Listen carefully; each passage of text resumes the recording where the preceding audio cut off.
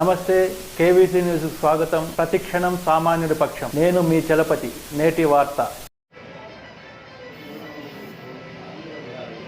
శ్రీమద్ రమారమణ గోవింద గోవింద.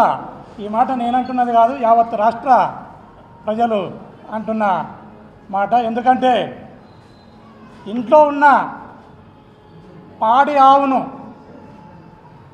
పశువుల సంతకు పోయి అమ్ముకొని ఆ వచ్చిన డబ్బులతో ఎగిచ్చి తన్నే 3 గాడిదలను కొనుక్కున్నాం.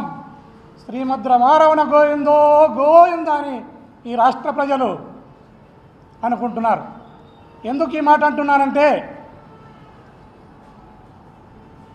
ఒకసారి సింగిల్గా సోలోగా 151 సీట్లతో ఎమ్మెల్యేలతో ప్రభుత్వాన్ని ఏర్పాటు చేసి, వీళ్ళు ఇప్పుడు 3 కలిస్తే కూడా 21 మంది ఎమ్మెల్యేలు గెలిస్తే, ఆ రోజు వైఎస్ జగన్మోహన్ రెడ్డి గారు 22 ఎంపీలను గెలుచుకోవడం జరిగింది. 14 నుంచి 19 వరకు కూడా ప్రతిపక్ష నేతగా బాధ్యతాయుతమైన పాత్రను పోషించిన వారు. ఈ రాష్ట్రానికి అనేక సంక్షేమ పథకాలు, అభివృద్ధి పథకాలతో ఈ రాష్ట్రాన్ని సుభిక్షంగా పాలన చేసిన ముఖ్యమంత్రిగా రాష్ట్ర ప్రజలందరూ కూడా కొనియాడే వ్యక్తి వైఎస్ జగన్మోహన్ రెడ్డి గారు. ఈరోజు కూడా ఆయన ప్రతిపక్ష పాత్రను బేసిక్గా పోషిస్తూ ముందుకెళ్తున్నారు.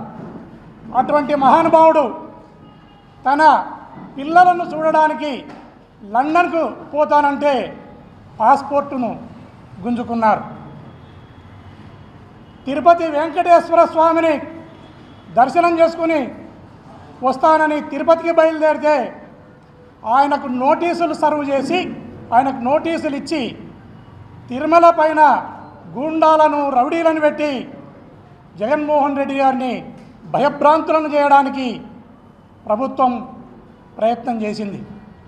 అదే కాకుండా స్వామి రామాని ఇంట్లో ప్రశాంతంగా ఉంటా అనుకుంటే ఇంటి దగ్గర భద్రతను తగ్గించి ఇంటిపైన కూడా దాడులు చేయడానికి ప్రయత్నం చేసింది ప్రభుత్వం.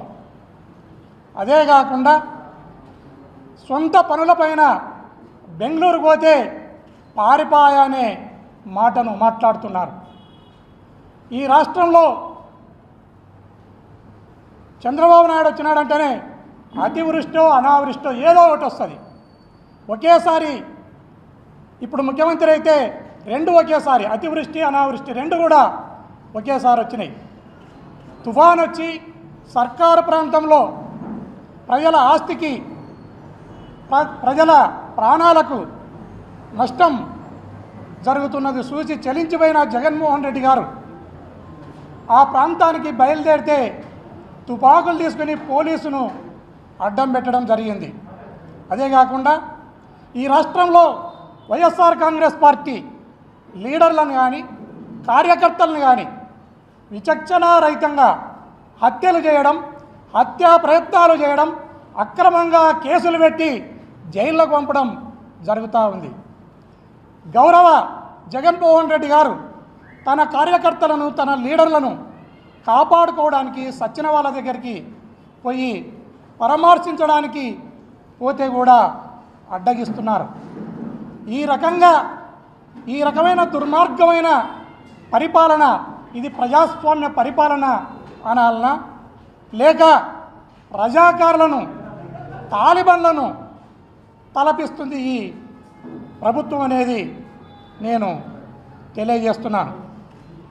ఎందుకు ఈ మాటను అంటున్నానంటే, గౌరవ జగన్మోహన్ రెడ్డి గారు తిరుపతికి పోవడానికి, తిరుపతికి వెళ్ళి వెంకటేశ్వర స్వామిని అతని మనసారా మొక్కుకొని రావటానికి వెళ్తే ఇంత నిర్బంధం చేసి, ఆ రోజుల్లో భక్త కనకదాసు, భక్త కబీర్ దాసు ఏ రకంగా దేవాలయంలోకి పోయి మొక్కడానికి కూడా వీలు లేక ఏ రకంగా ఎనిక్కొచ్చినారో ఆ రకంగా జగన్మోహన్ రెడ్డి గారు ఆయన వెంకటేశ్వర స్వామి దర్శనాన్ని డ్రాప్ చేసుకోవాల్సినది వచ్చింది.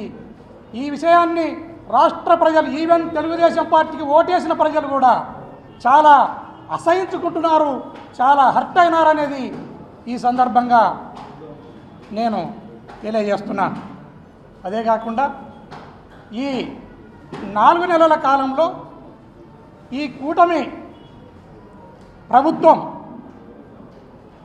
ఏ రకమైన, రాష్ట్రంలో మీరే ఉన్నారు, కేంద్రంలో మీరే ఉన్నారు, మీరు ప్రత్యేక హోదాను అడగవచ్చు, విశాఖ ఉక్కును అడగవచ్చు, పోలవరం డ్యామును అడగవచ్చు, రాయలసీమ లిఫ్ట్ ఇరిగేషన్ అడగవచ్చు. ఇవన్నీ పక్కన పెట్టి మీరు ఒక అర్థం పర్థం లేని లడ్డు జోలి పోయినావు, నీకు దేవుడు గడ్డి పెట్టినాడు. నెయ్యి జోలి పోయినావు, నువ్వు గొయ్యిలో అన్నావు. నువ్వు సిట్ అన్నావు, వెంకటేశ్వర స్వామి సిబిఐ అన్నాడు. నువ్వు ఇది గుర్తుపెట్టుకోవాలి, నీ దుర్మార్గమైన పరిపాలన. అవి ఏవి కూడా నువ్వు ప్రత్యేక హోదా కానీ, లేదా విశాఖ ఉక్కు కానీ, పోలవరం ప్రాజెక్టు కానీ, రాయలసీమ లిఫ్ట్ ఇరిగేషన్ కానీ, లేకపోతే నీకు 15 నీకు 15 నీకు 15 నీకు 15 నీకు 18 అనే మాటను ఏదైతే చెప్పినారో మీరు దాన్ని అమలుపరిచే విధంగా కానీ, మీరు ఆ రోజు నిరుద్యోగులకు ఉద్యోగ వృత్తిని ఇస్తానన్నావు, ఉద్యోగస్తులకు బంగారం కిరీటం పెడతా అన్నావు. ఇవి ఏవి కూడా చేయలేక సూపర్ 6 అన్నావు, గ్యాస్ సిలిండర్లు అన్నావు, ఉచిత బస్సు అన్నావు, రకరకాల హామీలు ఇచ్చి ఆ హామీలలో ఏ ఒక్క హామీని కూడా నువ్వు అమలు చేయలేక ఈరోజు పొలిటికల్ డైవర్షన్ తీసుకొని మీరు ప్రజల చూపుని లడ్డు వైపు లేదా నెయ్యి వైపు మరల్చడానికి మీరు ప్రయత్నం చేస్తున్నారు. దయచేసి ఈ ప్రయత్నాన్ని ఇప్పటికైనా మానుకొని మీరు ప్రజల సంక్షేమం వైపు, అభివృద్ధి వైపు ఆలోచించాలని ఈ సందర్భంగా తెలియజేస్తున్నాను. అదేవిధంగా ఈ రాష్ట్రంలో ముచ్చుమరిలో వాసంతి అనే చిన్న పాప, ఆ పాపను అత్యాచారం చేసి చంపేస్తే ఈ రోజుకు అతి లేదు, గతి లేదు. నేరస్తులు ఇప్పటి వరకు దొరకలేదు. తర్వాత ఈరోజు పొంగనూరులో అంజుమనే పసిపాప పైన హత్య చేయడం జరిగింది. అది అత్యాచారం కూడా చేసినారా అనేది తేలవలసినది ఉంది. మళ్ళీ ఈ 2 కేసుల్లో, ఈ చిన్న పసిపాపల హత్య కేసుల్లో ఈ ప్రభుత్వం ఏం చేస్తూ ఉంది? ఈ రాష్ట్రానికి ఒక మహిళ హోమ్ మినిస్టర్గా ఉన్నారు.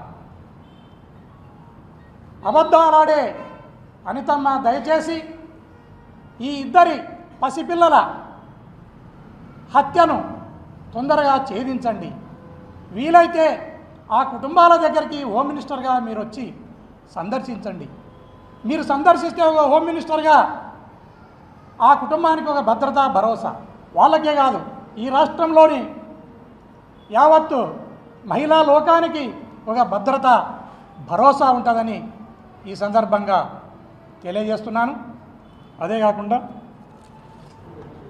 మనము ఈ జిల్లాను, అనంతపురం జిల్లాను చూసుకుంటే కూడా ఈ మధ్యకాలంలోనే ధర్మవరంలో అక్రమ కేసులు పెడితే, ఆ అక్రమ కేసులు పెట్టి వైఎస్ఆర్ కాంగ్రెస్ పార్టీ లీడర్లను జైలుకు పంపిస్తే ఆ జైలు దగ్గరికి మా మాజీ ఎమ్మెల్యే కేతిరెడ్డి వెంకట్రామరెడ్డి గారు అక్కడికి వెళ్తే ఆయన పైన కూడా దాడి చేయడానికి ప్రయత్నం జరిగింది.